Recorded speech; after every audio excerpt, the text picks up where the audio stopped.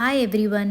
ఈసారి వీకెండ్ కొంచెం స్పిరిచువల్గా స్పెండ్ చేద్దాము అనేసి చిక్బలాపూర్ దగ్గర ఉన్న ఆదియోగికి వచ్చేసాం. మరేమో ఇది బెంగళూరు నుంచి మాకు అప్రాక్సిమేట్గా 60 కిలోమీటర్స్ వచ్చింది. జనరల్గా మనకి ప్రశాంతత గుడికి వెళ్తే వస్తుంది అంటారు కదా, ఇక్కడ చూస్తే ఆ ప్రశాంతత లైవ్గా మనం ఎక్స్పీరియన్స్ అవ్వచ్చు.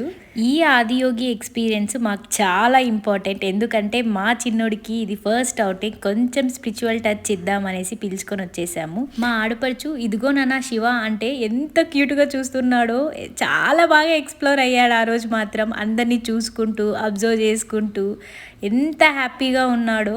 మొత్తానికి ఆ రోజు మాత్రం చాలా పీస్ఫుల్గా ఉన్నింది. శివుడు కానీ నంది కానీ చూస్తూ అలా ఉండిపోవాలనిపించింది. ఆదియోగి అన్న వెంటనే శాంతత మరియు జ్ఞానం అని నాకు కంప్లీట్గా ఆ రోజు అర్థమైపోయింది. ఈ 1 minute మొత్తం చెప్పలేం కాబట్టి ఫుల్ వీడియో యూట్యూబ్లో అప్లోడ్ చేశాను. Go and check it out.